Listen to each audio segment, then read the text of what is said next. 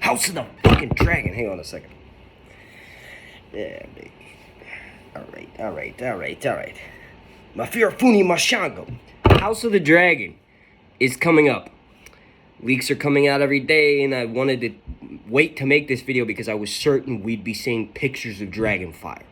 After much contemplation, after much theorization, after much wait, and like having some time to myself, I've realized that it may not be Daemon arriving at the gates of King's Landing, and maybe his dragon lets off a few, like, flames as he lands. It may be something different entirely, and in this video, I'm not only going to explain what I've changed my thought, or theory, or whatever the fuck you want to call it,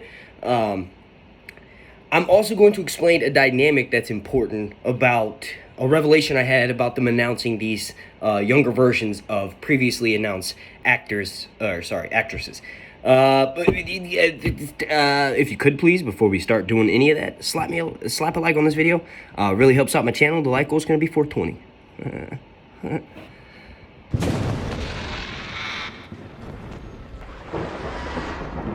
All right. Now, the first thing that I really want to mention is what exactly is a great council? I mean, we all know what the small council is from, 8 seasons of Game of Thrones. It was very apparent that whatever happened in the small council meeting, those scenes between Tyrion and Cersei, or those scenes between Littlefinger and Varys, those are it's pretty explainable what that is. So I think more importantly, we need to talk about a great council. More specifically, a great council in which the fate of the realm was decided when King Jaehaerys lost his son and heir, Balon, unexpectedly. So, long story short, and I've explained exactly in every detail what's happened at this meeting in previous videos. Just check the link down below in the description, or go to my channel, check out the playlist, and click on the House of the Dragon playlist, and just let that bitch rip. I talk about everything that's going to happen in this first series. I give predictions from a year ago, before we knew who any of the cast was, and any of these pictures came out with Laena's funeral, or this the scene that I'm going to talk about in a second that I made a video on yesterday, where the article was saying, like, residents expect 10 days of filming. There's going to be fire and braziers and smoke and all that epic shit. You can go back and watch those if you want to know specifics of what happens. But basically, what the old king, what the wise king, what the greatest Targaryen king Jaehaerys decides to do is pass it on to Viserys. There's a reason why, and I'm gonna try to tiptoe around that. And it's basically that if he had given the reign of power to someone else, it would have brought Jaehaerys' own legitimacy into question. So Viserys was decided at that point, who is played by Paddy Considine, he would be the king. Now, I think the announcing of these two younger actresses that are going to be playing established characters on the show, obviously Princess Rhaenyra and Queen Alicent, with them being, a certain age, 10 years younger than the actual actresses, I feel like we may not be getting a flashback to that exact meeting. That would require almost everyone who's in the cast that was alive back then to be cast into a younger version. Whereas if we get more of, like, specific moments between Rhaenyra and Alicent, and everybody else is sort of just playing a background role, it would make more sense. I feel like it would put more spotlight on these two characters. They're obviously going to be the Daenerys and Cersei of this TV series, but the way that it starts out is that the obvious person of who you think is going to be Cersei is not going to be Cersei. And I think, I'm sort of rambling on here, but I think in this first season, the Blacks, Rhaenyra and her prospective party, the princess, they're going to look as though they are the Lannisters. They're going to look like they're usurping until we see the whole story. I think the first episode, and I'll just lay it all out there. I think in the first episode, since we found out that there's going to be Dragonfire and the pictures haven't come out yet, but maybe this is Rhaenyra taking King's Landing in 1:30 AC. Maybe the season ends with Rhaenyra taking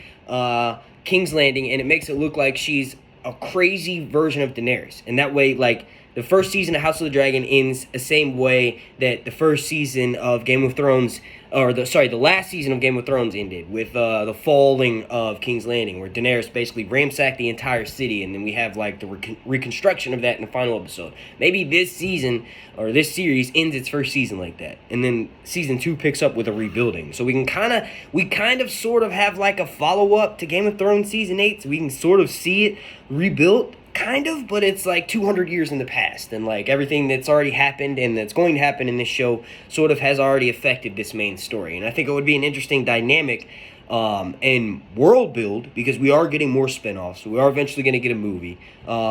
It adds a nice dynamic that would completely separate it from Game of Thrones, because that's something Game of Thrones kind of did, but not really. This show could have like the younger characters, the younger actresses that are playing, Queen Alicent and Princess Rhaenyra. We could have them, when we flash back to them, we could have them only in key moments that are going to either play into the next scene or in a scene in an episode later. And really we'll have like characters talking about it. It's almost like a Tale of Two Cities or some shit, where you have the rich ass mouse and the poor ass mouse, and like, you get their two different perspectives. We could sort of have that, but it's like a flash forward and a flashback. And like we get to see events that are happening in the first season that we won't find out.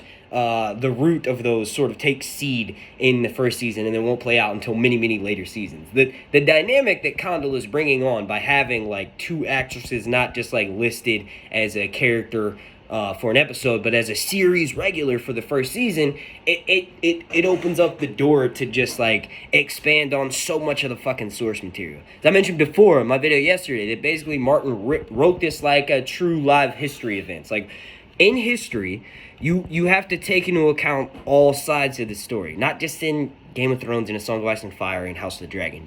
In real life history, you can't just read one version side of history and expect you get the whole fucking picture. That's idiotic. That's dumb. History is written by the victor. So if you really want to get an accurate account for things, you have to learn about a lot of history, learn out a lot about established history, then learn about modern day times and how like history repeats itself and how you can sort of extrapolate, and then you can kind of get your own idea of what you think happened in history. Since everything's up for debate, there's no written record of anything. So George is a fucking genius. He's a historian. He's a motherfucking wizard.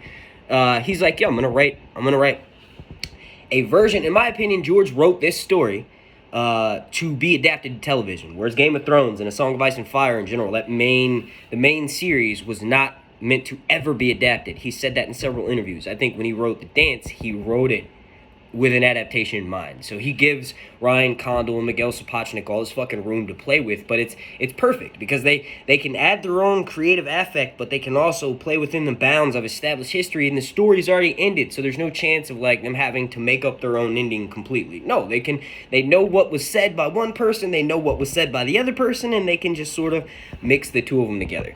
But I'm looking at my notes here. Like, just sort of touching back to what I was saying about the dynamic of Cersei and Daenerys and, like, the Starks and the Lannisters. Like, the Starks are the good guys. It's very clear from the beginning the Starks are the best people. Ned is the best person to run the Seven Kingdoms after the death of King Robert. This show is going to play that dynamic, but like I said, it would be interesting to make Alicent and all of her Targaryen children with Viserys seem like they're the ones who are, like, the outcasts. Because according to the story, Viserys made it clear that even though he had sons with Alicent, Rhaenyra was always going to take the throne, was always going to take the crown. It doesn't matter that he had another relationship and he had male heirs. Rhaenyra's number fucking one.